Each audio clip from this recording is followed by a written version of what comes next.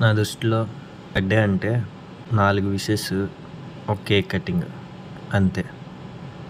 ఇంకా చెప్పాలంటే మనం బర్త్‌డే వచ్చిందంటే జస్ట్ అది ఒక ఏజ్‌ని పెంచేసే రోజు తప్ప ఏమీ స్పెషల్ ఏమి ఉండదు ఎవరికి కూడా.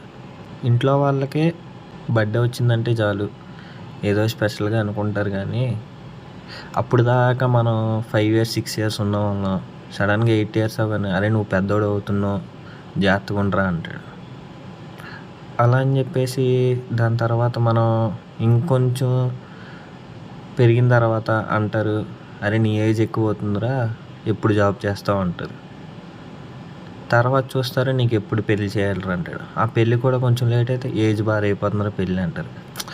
జస్ట్ జనాల దృష్టిలో బర్త్‌డే అంటే నువ్వు ఒక పెరుగుతున్న ఒక మొక్క తప్ప నీ గుండె లోపల ఉన్న వేదన కానీ కోరికలు కానీ ఎవ్వరికీ తెలియవు.